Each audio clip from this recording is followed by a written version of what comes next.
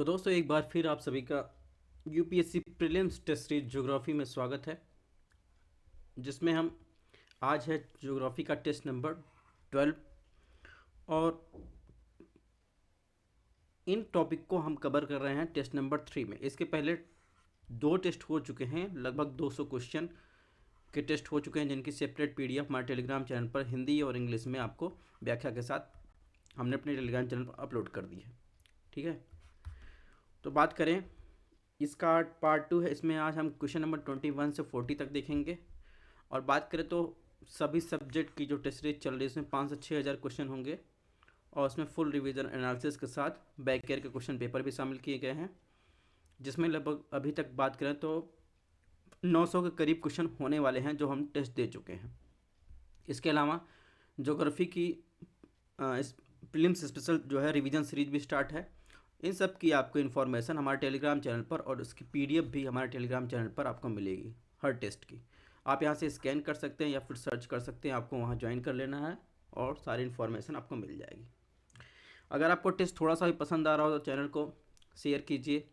आप लोग देखते हैं वीडियो लेकिन लाइक नहीं करते, तो लाइक ज़रूर कीजिएगा, शेयर कीजिएगा, सब्सक्राइब भी कीजिए अगर आपको पसंद आता है। अगर आप अपडेटेड रहना चाहते हैं तो आप सब्सक्राइब भी कर सकते हैं, क्योंकि ये टेस्ट आपके एग्ज़ाम की दृष्टि से इम्पोर्टेंस हो सकता है, क्योंकि क्वेश्चन मिलते जुलते सेलेक्ट किए गए हैं आपके एग्ज़ाम को देखते हुए। और इसमें आपको जो है एग्ज़ाम में सॉल्व करने के तरीके भी पता चलेंगे, कैसे एलिमिनेशन मेथड से आप क्वेश्चन सॉल्व कर सकते हैं। तो जैसे कि देखें, बात करें आज क्वेश्चन नंबर 21 की। अब इसने क्या पूछा है, एल नीनो को सामान्यतः भारत में मानसूनी वर्षा को कम करने के लिए जाना जाता है। ऑप्शन 2, ला लीना उत्तर पूर्वी मानसून साथ मिलकर वर्षा पर नकारात्मक प्रभाव डालता है। ऑप्शन 3, तिब्बत के पठार में शीत ऋतु के दौरान होने वाली भारी वर्षा आकस्मिक रूप से भारत में मानसून ऋतु के दौरान होने वाली वर्षा की मात्रा को बढ़ा देती है। तो एल नीनो ला लीनो का सेपरेट मैंने पीडीएफ अपने टेलीग्राम पर दे दिया है। हालांकि अगर आपको ला लीना एल नीनो के बारे में कॉन्सेप्ट क्लियर होगा तो आप इस क्वेश्चन को कर लेंगे। तो अगर बात करें इसमें ऑप्शन नंबर 1 और 2 की, तो एल नीनो और ला लीना दोनों जो है प्रशांत महासागर में घटित होने वाली घटनाएं हैं। ठीक है, और दोनों जब घटित होती हैं तो उनके फलस्वरूप क्या होता है, भारत के मानसून के लिए ये महत्वपूर्ण भूमिका निभाती हैं। और इसी के साथ क्या होता है, इनके घटित होने पर जो है इकोनॉमी पर भी इनका प्रभाव पड़ता है। अगर बात करें एल नीनो की, एल नीनो जो है हर साल नहीं आता है। सामान्यतः क्या होता है, सामान्यतः ये 5 वर्ष से 7 वर्ष के लगभग अंतराल पर आता है। और एल नीनो जब आता है तो भारतीय मानसून को क्या करता है, नकारात्मक रूप से प्रभावित करता है। यानी एल नीनो अगर मजबूत हुआ तो उसमें भारतीय मानसून को नकारात्मक रूप से प्रभावित करेगा। मतलब क्या है, मानसूनी वर्षा को अवरुद्ध कर देता है। क्यों अवरुद्ध कर देता है उसकी बात करें तो मैं आपको इस फिगर से समझाते हैं। जैसे ये यहाँ से देखिए, ये है हिंद महासागर। ठीक है, तो भारत में मानसून जब साउथ वेस्ट मानसून आता है तो उसके लिए क्या चाहिए, यहाँ पर जो है हाई प्रेशर डेवलप रहना चाहिए। ठीक है, तो जब ये नॉर्मल ईयर में क्या होता है, जब साउथ वेस्ट मानसून होता है तो यहाँ पर हाई प्रेशर डेवलप रहना चाहिए। लेकिन जब एल नीनो का काल होता है, एल नीनो का टाइम होता है, तब फिर क्या होता है, इधर क्या होता है, सामान्य से जो है नॉर्मल ईयर में देखिए, इधर जो है पेरू का तट जो है ठंडा है और हवाएं क्या चल रही है, ठंडे से यानी हाई प्रेशर से लो प्रेशर की तरफ चल रही हैं। ठीक है, यानी इसके कारण जो है यहाँ पर बारिश हो रही है। लेकिन जब क्या होगा, एल नीनो के टाइम में क्या होगा, पेरू का तट जो है औसत जो है तापमान इसका बढ़ जाएगा, टेम्परेचर ज़्यादा बढ़ जाता है। ठीक है, तो बारिश यहाँ स्टार्ट हो जाती है। तो कुल मिलाकर सिंपल कॉन्सेप्ट में जो है भारतीय मानसून को जो है वो प्रभावित करती हैं। तो आपको इसके नकारात्मक प्रभाव को ध्यान रखना है कि एल नीनो के आने से भारतीय मानसून पर नकारात्मक प्रभाव ही पड़ता है, वो मानसून को अवरुद्ध कर देती है। और इससे क्या होता है, देश के कई हिस्सों में सूखे का कारण बनता है, जिससे जो है विभिन्न आर्थिक संकेतक, जैसे अगर सूखे का कारण बनेगा, फूड इन्फ्लेशन जैसे कई स्थितियाँ जो है प्रभाव में आ जाती। अगर वहीं ला लीना की बात करें तो इससे क्या होता है, तो इसके इसके कारण क्या होता है। ला लीना देखिए ये है, नॉर्मल ईयर में क्या होता है, कोल्ड रहता है, यहाँ पर हॉट है, ठीक है, यहाँ पर बारिश होती है। तो इसमें क्या होता है, जो तापमान में गिरा होती है नॉर्मल से, क्या होता है अधिक ठंडा हो जाता है। इससे क्या होता है, दक्षिण पश्चिमी मानसून से जुड़ी वर्षा को क्या करती है, ला लीना जब आती है तो बढ़ा देती है। तो इसमें क्या होता है, अपनी समान स्थिति से उत्तर की दिशा में बने रहते हैं। इसके अलावा बताएं, इस सिस्टम से क्या होता है, पश्चिम की ओर बढ़ने के बजाय क्या करती है, वापस जो है लौटती है। तो इसलिए क्या करेंगे, तमिलनाडु जैसे दक्षिणी क्षेत्रों में अधिक वर्षा नहीं होती है। ठीक है, कुल मिलाकर इसमें जो एक ऑप्शन 1 और 2 दिया गया है वो दोनों सही है। यानी ला लीनो जो होता है उत्तर पूर्वी मानसून के साथ मिलकर वर्षा पर नकारात्मक प्रभाव डालती हैं, और एल नीनो समानता भारतीय मानसून वर्षा को कम करने या अवरुद्ध करने के लिए जाना जाता है। ठीक है, ऑप्शन 3 की बात करें तो ऑप्शन 3 जो है गलत है। यानी शीत ऋतु में तिब्बती पठार में अधिक हिमपात होता है। ठीक है, शीत ऋतु में क्या होता है, जब यहाँ पर अधिक हिमपात होता है, नहीं बर्फबारी होती है, तो उससे क्या होगा, तो ऐसा सामान्यतः देखा जाता है भारत में जो मानसून अत्यधिक कमज़ोर पड़ जाता है। तो इस घटना में क्या होता है, उष्णकटिबंधीय जो पूर्वी जेट स्ट्रीम होती है उसकी भूमिका महत्वपूर्ण होती है। अगर सीधे शब्दों में आपको समझाए बिना टेक्निकल किसी भाषा के, तो जब तिब्बती पठार पर बर्फ़ का मोटा जो है आपको आवरण देखने को मिलता है, तो उसमें क्या होता है, मजबूत लो प्रेशर की स्थिति जो होती है के विकास को वो रोकता है, यानी हाई प्रेशर डेवलप हो जाता है। इससे क्या होता है, ये वर्षा की मात्रा को बढ़ाती नहीं है बल्कि वो अवरुद्ध कर देती है। तो ये ऑप्शन गलत हो जाएगा, यानी 1 और 2 सही होगा, यानी ऑप्शन बी। तो ये कुछ कंडीशन है, ये आप देख लीजिएगा। इसके अलावा ये नेक्स्ट फिगर है, अब कैसे देखेंगे, तो जब इसमें देखिए ये वार्मर हो जाता है तो इसमें क्या होता है, वार्मर का मतलब क्या होता है, ये देखिए एक प्रक्रिया होती है। आपने अप वेलिंग और डाउन वेलिंग की करंट के बारे में सुना होगा। तो अप वेलिंग डाउन वेलिंग का करंट जो होता है यही होता है, यानी अगर इधर से जो है हवाएं आ रही हैं तो जल को लेके आ रही हैं गर्म हवाएं, तो इधर क्या हो रहा है, ठंडी हवाएं इधर नीचे से सतह से होकर इधर जा रही हैं। तो अप वेलिंग डाउन वेलिंग करंट का जो है एल नीनो इवेंट से जो है संबंध रहता है। तो आपको इसको भी कॉन्सेप्ट क्लियर रहना चाहिए। ठीक है, बात करें क्वेश्चन नंबर 22 की, तो भारत में रेड सॉइल के संबंध में निम्नलिखित कथन में कौन सा सही है। इन्हें इसमें सामान्य तौर पर नाइट्रोजन और ह्यूमस की कमी होती है। ऑप्शन 2, वे प्राचीन क्रिस्टलीय ग्रेनाइट चट्टानों के अपक्षय के कारण बनती हैं। ऑप्शन 3 है, इस मिट्टी पर चावल और दालें उगाई जा सकती हैं किंतु इस मिट्टी पर कपास नहीं उगाया जा सकता। ऑप्शन 4, वे भारत के कुल भौगोलिक क्षेत्र में लगभग 40% भाग में फैला मतलब मिलते हैं। तो आपको बताना रेड सॉइल के बारे में क्या सही है। तो इसमें देखेंगे रेड सॉइल के बारे में जो दिया है, ऑप्शन 1 दिया है और ऑप्शन 2 वो सही है, यानी नाइट्रोजन और ह्यूमस की कमी मिलती है।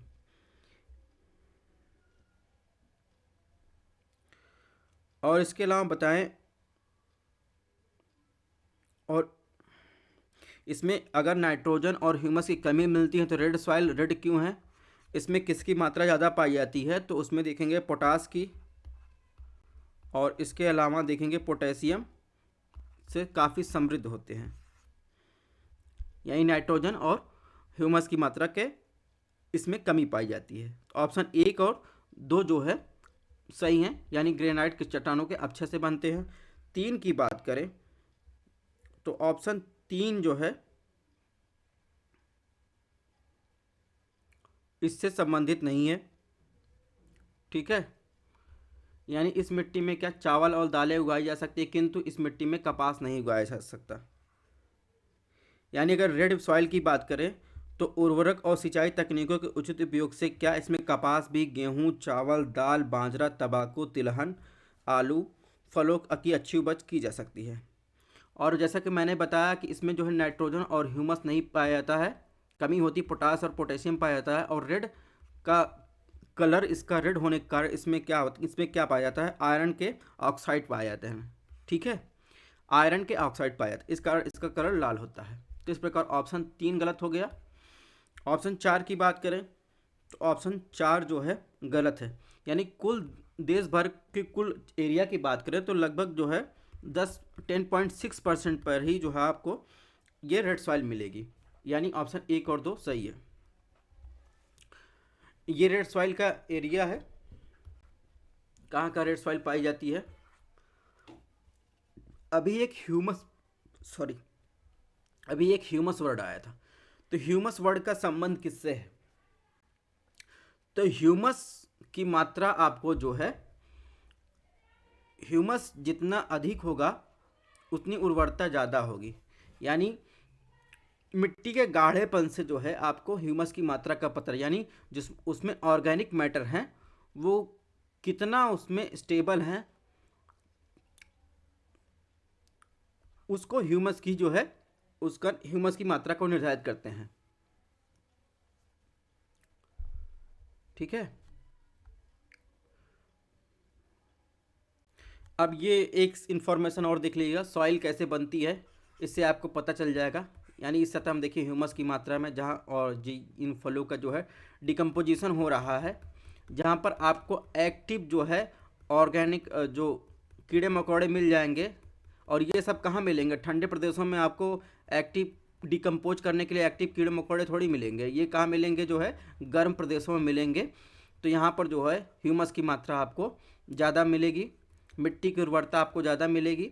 वहीं ठंडे प्रदेशों में जाएंगे तो वहाँ पर ह्यूमस की मात्रा कम है, यानी आप जैसे भूमध्य रेखा से ध्रुव की तरफ जाएंगे तो ह्यूमस की मात्रा में कमी आएगी। कुल मिलाकर आपको सिंपल कॉन्सेप्ट यही ध्यान रखना है। ये सॉइल का क्लासिफिकेशन है, आपको अगर देखना हो तो देख लीजिएगा, यहाँ से पीडीएफ आपको दे देंगे। अब बात करते हैं क्वेश्चन नंबर 23 की। इसमें क्या पूछा है? विशेषता दी गई है वृक्ष की। यह पर्णपाती पेड़ है जिसे लाल रेशम कपास का पेड़ भी कहा जाता है, जिसका उपयोग संस्कृति और भौगोलिक सीमाओं के जाति औषधि गुणों के लिए किया जाता है। इसके नाम पर भारत के एक बायोस्फीयर रिजर्व का नाम पड़ा है, क्योंकि इस रिजर्व में के अंदर इसकी प्रचुरता है। उपरोक्त अंश में से उल्लेखित वृक्ष का नाम बताइए। तो आपने सेमुल का पेड़, यानी बॉम्बैक्स सेड़बा जिसे कहते हैं, यानी सेमुल, ये सेमुल है। और ये जो है आर्द्र पर्णपाती जंगल में पाया जाता है। ठीक है, मालाबार के रेशमी सूती वृक्ष जो है भी कहा जाता है इसके। ठीक है, ये कहाँ मिलते हैं? राजस्थान में भील ट्राइब जो है से लेकर मणिपुर के मेटी समुदाय के खुमान कबीले तक जो है कई आदिवासी समुदाय इसे औषधि गुणों के कारण सेमल का सेवन करते हैं, और जबकि अन्य लोग इसकी पूजा करते हैं। इसके अलावा इसी के नाम पर देखेंगे तो सिमलीपाल राष्ट्रीय उद्यान का नाम जो है इसी पेड़ के नाम पर पड़ा है। ठीक है, जो कहाँ पे है? उड़ीसा।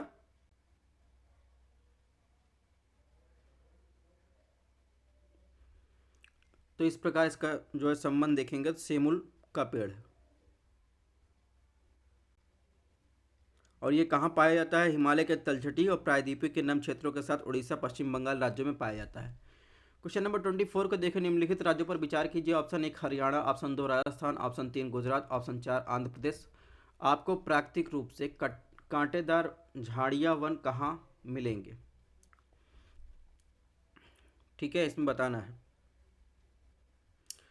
तो प्राकृतिक रूप से आपको कांटेदार वन झाड़ियाँ कहाँ मिलेंगे? कांटेदार वन झाड़ियाँ आपको पता है राजस्थान गुजरात की सीमा के, और इधर हरियाणा। इसके अलावा बात करें आंध्र प्रदेश, तो यहाँ पर जो है आपको थॉर्नी स्क्रब फॉरेस्ट मिलेंगे, यानी इसमें चारों ऑप्शन सही है। क्वेश्चन नंबर 25 देखते हैं। 25 में क्या पूछा है? डोलोमाइट पाउडर कभी कभी कृषि भूमि में भी डाला जाता है, इसे डालने का उद्देश्य क्या है? ऑप्शन 1 मिट्टी में पीएच का मान बढ़ना, ऑप्शन बी मिट्टी के पीएच मान को कम करना, ऑप्शन सी मिट्टी की जैवता को समृद्ध करना, ऑप्शन डी मिट्टी में नाइट्रोजन की मात्रा को बढ़ाना। तो डोलोमाइट क्या है? डोलोमाइट एक प्रकार का जो है चूना पत्थर है, जो पौधों को मूल्यवान पोषक तत्व प्रदान करता है।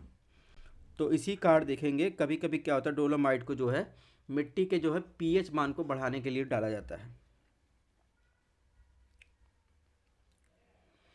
ठीक है, अब क्वेश्चन नंबर 26 को देखते हैं। 26 में क्या पूछा है? निम्नलिखित में राष्ट्रीय उद्यानों पर विचार कीजिए। ऑप्शन 1 कैम्पबेल वे राष्ट्रीय उद्यान ऑप्शन 2, गूगामल राष्ट्रीय उद्यान ऑप्शन 3, दांदेली अंसी राष्ट्रीय उद्यान ऑप्शन 4, मुकुंदरा हिल्स राष्ट्रीय उद्यान। उपरोक्त में से किस राष्ट्रीय उद्यान में आपको प्राकृतिक रूप से अबुनास महोगनी के पेड़ मिलते हैं? ठीक है, यानी आपने अगर वर्ल्ड क्लाइमेटिक जोन में आपने जो है अगर उसको अगर रीजनल लेवल पे देखा होगा या वर्ल्ड लेवल पे देखा होगा तो उसमें एक आया होगा जो है भूमध्य रेखी जलवायु प्रदेश। ठीक है, या विषुवत रेखी जलवायु प्रदेश। तो ऐसी जगह भी ये वनस्पतियाँ पाई जाती हैं महोगनी अबुनास की। ठीक है, इसके अलावा अगर इन 4 ऑप्शनों की बात करें तो इन 4 ऑप्शनों में जो है कहाँ कहाँ मिलेंगे, तो इसमें देखेंगे 1 और 3 यानी कैंपेबल वे राष्ट्रीय उद्यान और दांडेली अंसी राष्ट्रीय उद्यान में आपको अबुनास और महोगनी के पेड़ मिलेंगे। ठीक है, और ये सदाबहार वनों में पाए जाने वाले जो है बहुत ज़्यादा कठोर जो है लकड़ी के वृक्ष होते हैं। और ये दांदेली अंसी जो की बात कर रहे हैं, ये कहाँ है? पश्चिमी घाट में देखेंगे, पश्चिमी घाट में जो है कर्नाटक में स्थित है। इसके अलावा बात करें तो कैम्पबेल बे जो है ग्रेट निकोबार में स्थित है। ठीक है,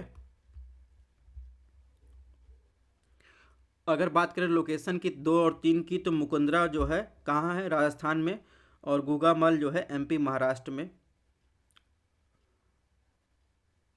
भारत के शुष्क जो है पर्णपाती वनस्पति, यानी इन दोनों में क्या शुष्क जो है पर्णपाती वन पाए जाते हैं ये, और ये जो पूछ रहा है महोगनी और अबुनास, ये किसके हैं? सदाबहार वन के उदाहरण हैं। अब बात करते हैं क्वेश्चन नंबर 27 की। तटीय और शुष्क क्षेत्रों में मिट्टी के कटाव की जांच के लिए निम्नलिखित में कौन सी विधि सबसे उपयुक्त है? ऑप्शन 1 समोच्चरेखी बांधकरण यानी कुंटूर बॉन्डिंग की बात कर रहा है। ऑप्शन बी आश्रय मेखला, ऑप्शन सी समोच्च जुताई, ऑप्शन डी रोधी बांध या फिर चेक डैम की बात कर रहा है। तो आपको बताना है तटीय और शुष्क क्षेत्रों में मिट्टी के कटाव को रोकने के लिए सबसे उपयुक्त विधि क्या है। तो इसमें बात करें सबसे उपयुक्त विधि की बात करें तो सबसे उपयुक्त विधि जो है इसमें शेल्टर बेल्ट्स बनाना है, यानी आश्रय मेखला बनाना है। यानी सामान्य तौर पर जो शेल्टर बेल्ट की बात कर रहे हैं वो तटीय क्षेत्रों को उच्च वेग से आने वाली जो हवाएं आती हैं उनको बचाने के लिए, सुनामी के कारण होने वाली तबाही से बचाने के लिए पेड़ों और झाड़ियों से वनस्पति की झाड़ियाँ यह मिक्स होती हैं। ठीक है, उदाहरण की बात करें सुंदरवन पश्चिम बंगाल में प्राकृतिक आश्रय के रूप में कार्य करता है जो विभिन्न चक्रवातों से बनाता है। ठीक है, तो इस प्रकार देखेंगे इनके लगाने से क्या होता है, जो शेल्टर बेल्ट के लगाने से रेत बांधने का काम करते हैं ये। ठीक है, तो इसका संबंध आश्रय मेखला से होगा। क्वेश्चन नंबर 28 की बात करते हैं, इसमें क्या पूछा है? इसमें पूछा है ट्रॉपिकल मॉइस्ट डिसिडियस फॉरेस्ट यानी उष्णकटिबंधीय नम्र पर्णपाती वनों के संदर्भ में निम्नलिखित कथनों में कौन सा कथन सही? ऑप्शन 1 है ये वृक्ष प्रतिवर्ष पतझड़ के मौसम में अपने पत्ते गिरा देते हैं। ऑप्शन 2 भारत में इन वनों को आच्छादित कुल क्षेत्रफल समुद्र तटीय और दलदली वनों के द्वारा आच्छादित क्षेत्रों से बहुत अधिक होता है। ऑप्शन 3 भारत में दक्षिण पश्चिमी मानसून या पूर्वोत्तर मानसून दोनों ही अपने विकास को प्रभावित करते हैं। कौन सा आंसर सही है? तो अगर ऑप्शन 1 की बात करें जो ट्रॉपिकल मॉइस्ट डिसिडियस फॉरेस्ट की बात कर रहा है यानी उष्णकटिबंधीय नम्र पर्णपाती वन की बात कर रहा है, तो जो यानी मॉइस्ट जो पर्णपाती वन होते हैं ये उन क्षेत्रों में पाए जाते हैं जहां पर देखेंगे 100 से 200 सेंटीमीटर के बीच जो है वर्षा का रिकॉर्ड होता है, जहां पर्याप्त नमी उपलब्ध नहीं होती। ठीक है, और वो गर्मियों की शुरुआत में पत्ते गिरा देते हैं, और इस प्रक्रिया को जो पत्ते गिराते हैं उस प्रक्रिया को किस रूप में जाना जाता है? उसे एब्सकन कहते हैं, यानी विगलन के रूप में जाना जाता है। उन्हें मानसून वन भी कहा जाता है। तो इस प्रकार ऑप्शन 1 जो है गलत है। पतझड़ के मौसम में अपने पत्ते नहीं गिराते हैं, यानी शरद ऋतु गर्मियों और सर्दियों के बीच के मौसम जो होता है उसमें जो है अपने पौधे जो है पत्ते गिराते हैं। ऑप्शन 2 की बात करें, ऑप्शन 2 सही है। ठीक है, भारत में इन वन से आच्छादित कुल क्षेत्र समुद्र तटीय और दलदली वनों द्वारा आच्छादित से बहुत अधिक है। ऑप्शन 3 की बात करें, 3 भी सही है। भारत में दक्षिण पश्चिमी मानसून और पूर्वोत्तर मानसून दोनों ही के विकास को जो है प्रभावित करते हैं। तो इस प्रकार इसमें जो है क्या सही है, 2 और 3, तो सही पूछा है ना, ऑप्शन सी सही होगा। क्वेश्चन नंबर 29 देखते हैं। 29 में क्या पूछा है, भारत के निम्नलिखित में से कौन से राज्य प्राकृतिक गैस को पुनर्प्राप्ति वाले भंडार हैं, यानी रिकवरेबल रिजर्व ऑफ नेचुरल। तो नागालैंड, अरुणाचल प्रदेश, तमिलनाडु, मध्य प्रदेश। सही उत्तर आपको बताना है। तो इसमें सभी जो है सुमेलित हैं, सभी सुमेलित यानी प्राकृतिक गैस, जिसे जीवाश्म गैस और कभी कभी केवल गैस भी कहा जाता है, प्राकृतिक रूप से पाई जाने वाली हाइड्रोकार्बन गैस का मिश्रण है, जिसमें प्रमुख रूप से मीथेन होती है और इसमें विभिन्न मात्रा में अन्य जो है एल्केन, कभी कभी कुछ मात्रा में carbon dioxide, hydrogen sulphide, helium भी होता है। जब पृथ्वी की सतह के नीचे लाखों वर्ष तक हाई टेम्परेचर और प्रेशर पर जो है जब पौधे और जंतुओं के अवशेष दबे रहते हैं तब जो है इनका निर्माण होता है। ठीक है, तो इस प्रकार देखेंगे भारत में जो है निम्नलिखित में से जो राज्यों को गैस के पुनर्प्राप्ति वाले भंडार की बात करें तो नागालैंड, अरुणाचल प्रदेश, तमिलनाडु, मध्य प्रदेश दोनों में है।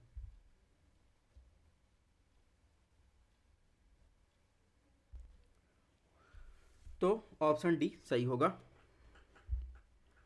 क्वेश्चन नंबर 30 को देखते हैं। 30 में क्या पूछा है, निम्नलिखित खनिजों पर विचार कीजिए, कौन से जो इन 6 खनिजों में कौन से प्रकृति में धात्विक है, यानी मेटेलिक है नेचर में।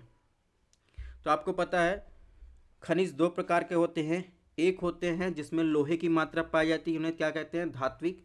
एक होते हैं जिसमें लोहे की मात्रा नहीं पाई जाती, उन्हें क्या कहते हैं, अधात्विक, यानी फेरस। और एक होते हैं नॉन फेरस। फेरस में क्या आता है, जिसमें लोहे की मात्रा पाई जाती है, chromite, manganese, pyrite, tungsten, nickel, cobalt.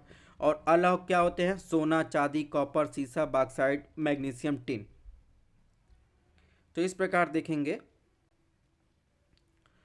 इसमें कुल मिलाकर देखेंगे ऑप्शन बी जो है सही है, यानी 4 जो है वो प्रकृति में धात्विक नहीं होते हैं। ठीक है, ये किस में आते हैं, नॉन फेरस में आते हैं।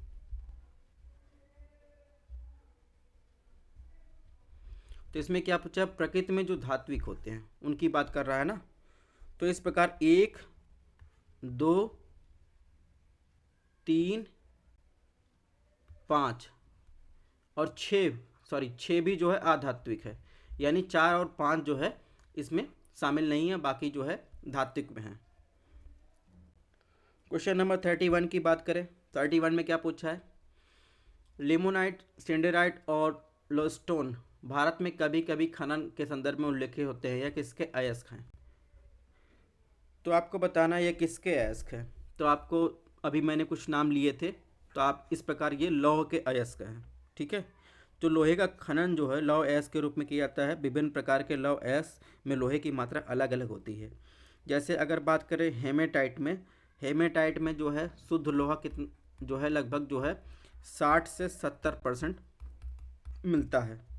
और उसके वितरण की बात करें, हेमेटाइट लोहा कहाँ कहाँ पाया जाता है भारत में, तो आप देखेंगे उड़ीसा, झारखंड, छत्तीसगढ़, आंध्र प्रदेश, कर्नाटक और गोवा। ठीक है, इसके अलावा बात करें कुड़प्पा चट्टान श्रृंखला धारवाड़ श्रृंखला में विकसित हुआ है। अगर मैग्नेटाइट की बात करें तो मैग्नेटाइट में जो हेमेटाइट की तुलना में लोहे की मात्रा अधिक होती है। ठीक है, इसमें 60-70% और जो अगर हेमेटाइट की बात करें हेमेटाइट में 60-70% और मैग्नेटाइट की बात करें तो मैग्नेटाइट में लगभग जो है 70-75% जो है आपको आयरन मिलेगा। ठीक है। और लिमोनाइट की बात करें, इसमें 40 से जो है 60% जो है आपको लोहा मिलेगा। सिंडेराइट में 40% से कम भी लोहा मिलता है। तो कुल मिलाकर जो है इसमें ये जो चारों हैं ये लोहे के जो हैं खनन के संदर्भ में संदर्भित होते हैं। सबसे उच्च कोटि का जो लोहा आपको ध्यान रखना है कौन सा है, मैग्नेटाइट, उसके बाद हेमेटाइट, उसके बाद लिमोटाइट, उसके बाद सिंडेराइट। ठीक है। क्वेश्चन नंबर 32 में देखते हैं क्या पूछा है। निम्नलिखित में कौन से खनिज उड़ीसा राज्य में प्राकृतिक रूप में पाए जाते हैं। लौह अयस्क, मैग्नीज, क्रोमियम, बॉक्साइट। तो उड़ीसा राज्य में प्राकृतिक रूप में जो है ये चारों पाए जाते हैं। ठीक है। और भारत में उड़ीसा राज्य में लौह अयस्क यानी आयरन और क्रोमाइट के सबसे बड़े भंडार पाए जाते हैं। क्वेश्चन नंबर 33 में देखते क्या पूछा है। भारत में एक से अधिक राज्यों में हीरे के क्षेत्र मिलते हैं। ऑप्शन 2, भारत में एक से अधिक राज्यों में हीरो के व्यावसायिक रूप से खनन किया जाता है। ऑप्शन 3 की बात करें, अब तक भारत में हीरे को काटने वाले उद्योगों को बिना काटे हुए हीरो के आयात पर निर्भर थे, लेकिन अब भारत में हीरो के उत्पादन में आत्मनिर्भर हो गया है। तो कौन सा कथन सही है। ठीक है। तो इसमें ऑप्शन 1 की बात करें ये तो सही है, यानी एक से अधिक राज्यों में हीरे के क्षेत्र हैं। अब एक से अधिक राज्यों की बात करें तो दक्षिण भारत की बात करें तो दक्षिण भारत में आंध्र प्रदेश, ठीक है, आंध्र प्रदेश का क्षेत्र है अनंतपुर और कुड़प्पा, गुंटूर, कृष्णा, महबूबनगर, कर्नूल जिला शामिल है। और मध्य भारत की बात करें तो एमपी में कहाँ, एमपी में पन्ना का क्षेत्र बहुत फेमस है। इसके अलावा बात करें रायपुर जिला, देहरादून, कोतवाली क्षेत्र, छत्तीसगढ़, बस्तर जिला की बात करें तो टोकापाल, दुगापाल, महानदी और गोदावरी घाटी के बीच की बात करें तो महानदी गोदावरी घाटी के बीच जो है मध्य प्रदेश के हिस्से की लगभग हिस्सेदारी की बात करें तो 90.18% है। जिसके बाद किसका है हिस्सेदारी, आंध्र प्रदेश का है 5.72%। उसके बाद छत्तीसगढ़ आता है, यानी सबसे ज़्यादा जो है एमपी, उसके बाद आंध्र प्रदेश, उसके बाद छत्तीसगढ़। ठीक है।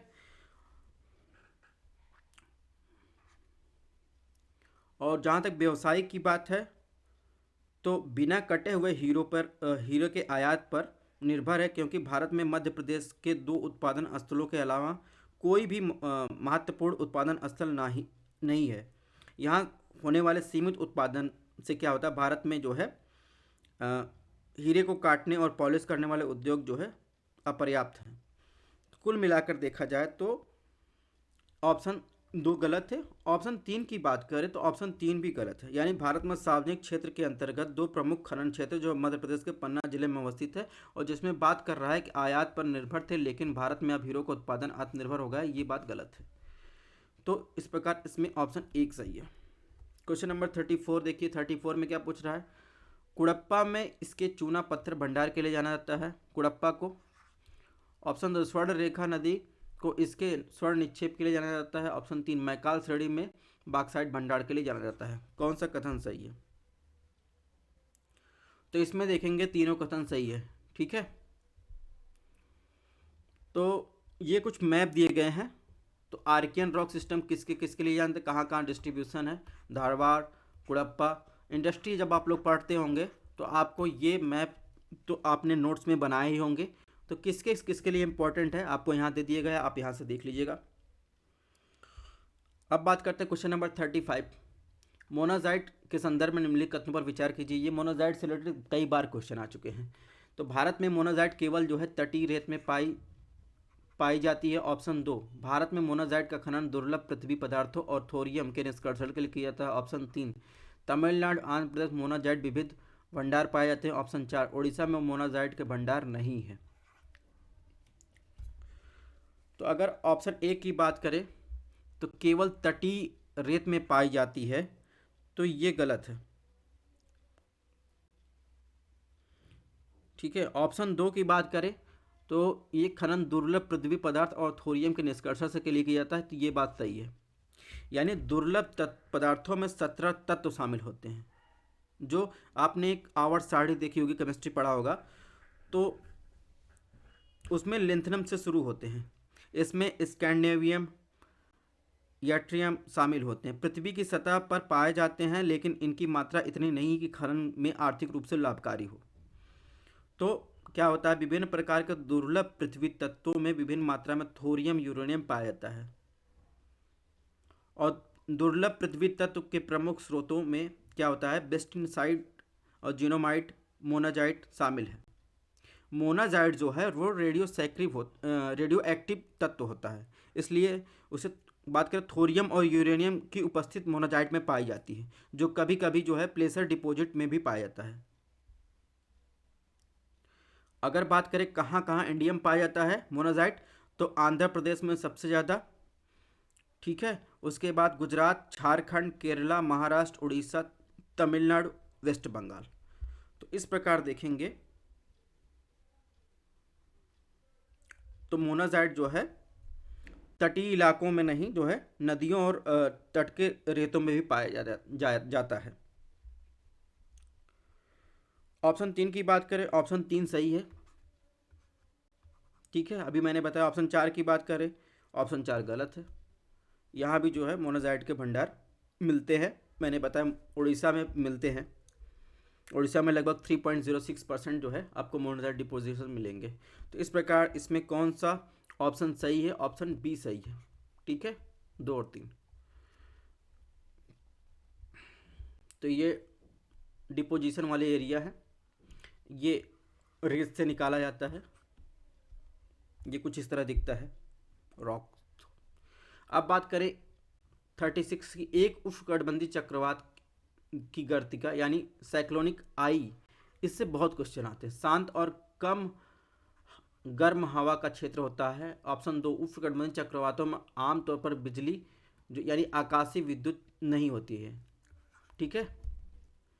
तो इसमें आपको बताना है कौन सा कथन सही है।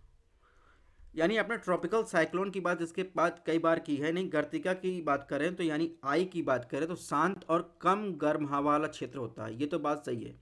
यानी बहुत कम मात्रा में क्या होता है, कोई वर्षा इसमें नहीं होती, ये आई क्षेत्र है, ठीक है। यहाँ पर कोई वर्षा नहीं होती, कभी कभी नीला आकाश या तारे देखे जा सकते हैं। तो इस प्रकार ऑप्शन 1 सही है। ऑप्शन 2 की बात करें, ये भी सही है। तो इसमें ऑप्शन 1 और 2 सही है। क्वेश्चन नंबर 37 देखते हैं, इसमें क्या पूछा है, वेस्टर्न डिस्टर्बेंस या पश्चिमी विक्षोभ के बारे में पूछा है। तो इसमें ऑप्शन दिया गया है, पश्चिमी विक्षोभ उष्णकटिबंधीय पूर्वी जेट धाराओं के प्रभाव से उत्तर पश्चिमी भारत की ओर बढ़ते हैं। ऑप्शन 2, इन्हें आमतौर पर भूमध्य सागरी और अटलांटिक महासागर से क्या बनती है, आर्द्रता मिलती है। ऑप्शन 3, यूक्रेन पर हाई प्रेशर और पश्चिमी विक्षोभ के गठन में मदद करता है। कौन सा कथन सही है। तो वेस्टर्न डिस्टर्बेंस जो है वो पश्चिमी जेट धारा और पश्चिमी हवाओं के प्रभाव से पूर्व की ओर उत्तर पश्चिमी भारत और पाकिस्तान की ओर बढ़ते हैं, ठीक है। तो किसके प्रभाव से, पश्चिमी जेट धारा का प्रभाव से। तो ये गलत हो गया, एक जहां उसको एलिमिनेट कर दीजिए। आप ऑप्शन 2 की बात करें, ऑप्शन 2 सही है, यानी उससे आता भूमध्य सागर, अटलांटिक महासागर, कैस्पियन सी, काला सागर से भी नमी वो लेते हैं। ऑप्शन 3 की बात करें, ऑप्शन 3 भी सही है, यानी भूमध्य रेखा के आसपास जो है ठंडी हवा जो है हाई प्रेशर डेवलप होता है, जो उसका कारण क्या होता है, यूक्रेन और आसपास के क्षेत्रों से हाई प्रेशर कारण जो है पोलर एरिया से क्या होता है, भूमध्य रेखा की ओर जो है ठंडी हवाओं का प्रवेश होता है। तो इस प्रकार जो है 2 और 3 जो है सही है, यानी ऑप्शन सी। क्वेश्चन नंबर 38, तो ये देखिए एक आपको जो है कैसे फॉर्म होता है मेटेरियल सी से जो है डिस्टर्बेंस की, वेस्टर्न डिस्टर्बेंस, उसके बारे में दिया गया है। अब बात करेंगे ओमेगा ब्लॉक की।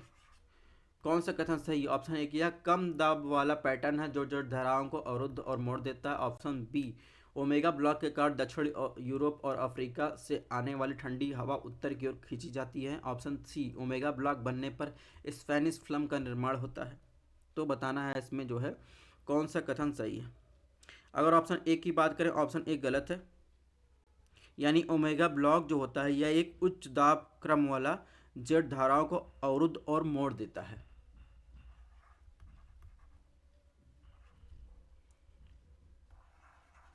ठीक है, ये गलत हो गया। दो की बात करें तो दो भी गलत है। यानी जेट धारा पर क्या होता है, ओमेगा आकार की लहर मौजूद होती है जो यूरोप के ऊपर और दक्षिण यूरोप अफ्रीका के गर्म शुष्क हवा को उत्तर की ओर, जिससे तापमान में क्या होता है, सामान्य से अधिक हो जाता है। ऑप्शन सी की बात करें, सी सही है। यानी स्पेनिश प्लम का बनना जो है इसी कारण होता है, जिसमें क्या होता है, स्पेन से उत्तर की ओर और यूके की ओर बढ़ने वाली बहुत गर्म हवा ऊपर उठती है और तूफानी बादलों का निर्माण करती है और भारी वर्षा करती है। तो कुल मिलाकर ऑप्शन सी सही है। क्वेश्चन नंबर 39 में एल नीनो के बारे में जो है उसके प्रभाव के बारे में विचार करना, जिससे पहले चर्चा किया था। इसका परिणाम क्या होता है, एल नीनो के इफेक्ट के बारे में ही क्वेश्चन आते हैं। इसका परिणाम ऑस्ट्रेलिया इंडोनेशिया में शुष्क परिस्थिति और जंगल में आग का रूप होता है। ऑप्शन दो होता है अटलांटिक महासागर, कैरिबियन सागर और मैक्सिको के खाड़ी के ऊपर कम तूफान वाले क्षेत्र बनता है। ऑप्शन 3 लक्षद्वीप मूंगों के यानी जो कोरल ब्लीचिंग की बात कर रहा है परिणाम है, यानी एल नीनो के कारण। तो एल नीनो का आने का मतलब क्या होता है, अभी मैंने दिखाया था, सामान्य से जो है टेम्परेचर जो है इधर हाई हो जाता है, सॉरी लो टेम्परेचर डेवलप हो जाता है, इधर जो है हाई हो जाता है टेम्परेचर। ठीक है,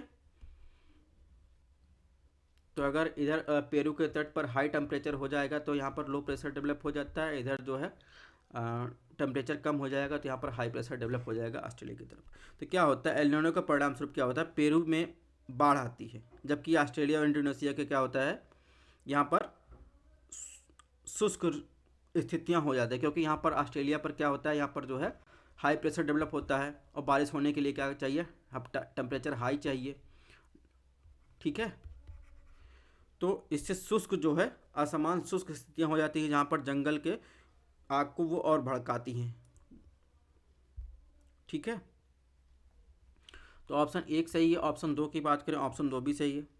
यानी जब एल नीनो का वर्ष होता है, यानी 5 से 7 वर्ष के दौरान जब एल नीनो का टाइम आता है, उसमें क्या होता है, अटलांटिक महासागर, कैरिबियन सागर, मैक्सिको खाड़ी के ऊपर जो है हवा के झोंके में वृद्धि के कारण कम तूफान बनते हैं और बढ़ी हुई पवन यानी जो विंड शीयर होती है उष्णकटिबंधीय तूफान को विकसित होने से रोकने में मदद करते हैं।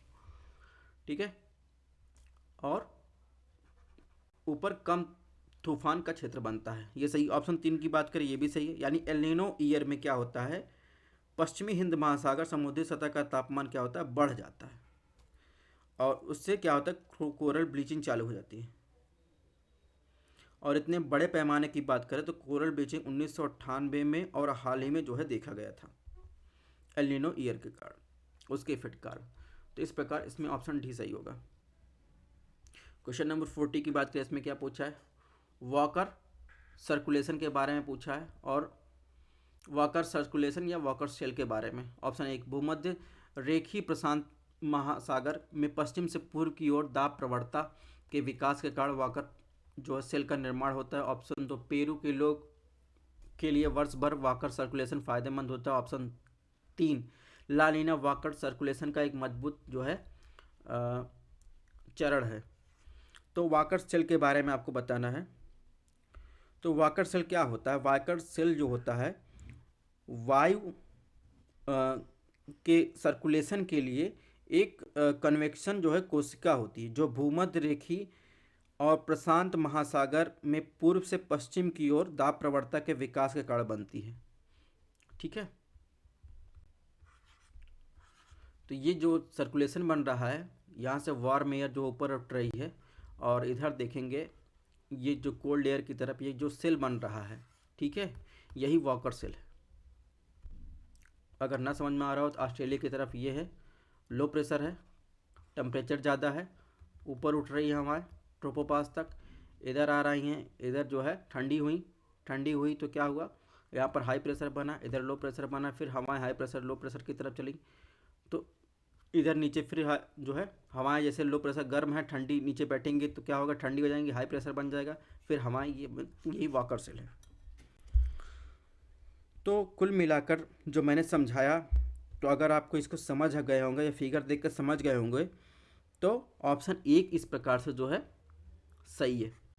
ठीक है, यानी दाब प्रवणता के विकास का कारण, यानी दाब में अंतर, प्रेशर में अंतर जो होता है, हाई प्रेशर लो प्रेशर जो डेवलप होता है, उसके कारण जो है वॉकर सेल डेवलप होता है। ऑप्शन दो की बात करें तो वॉकर सेल से क्या होता है, उसके कारण पेरू तट पर जो है ठंडे पानी के ऊपर उठता है, जिसके परिणाम स्वरूप हाई प्रेशर, वायुमंडलीय स्थिरता और शुष्क मौसम होता है। साथ ही समुद्र के नीचे के पोषक तत्व क्या होते हैं, ऊपर उठते हैं, इस क्षेत्र में मछली पकड़ने की सुविधा मिलती है। ठीक है, तो इसके कारण क्या होता है, पेरू के लोगों के लिए फ़ायदेमंद होता है। जब एलिनो का टाइम होता है, उस दौरान क्या होता है, पानी के ऊपर उठने में रुकावट आती है, मछलियाँ जो है पोषक तत्व की कमी के कारण मर जाती हैं। यानी एलिनो ईयर की बात कर रहा है, और नॉर्मल ईयर में जो है पेरू के लिए फ़ायदेमंद है।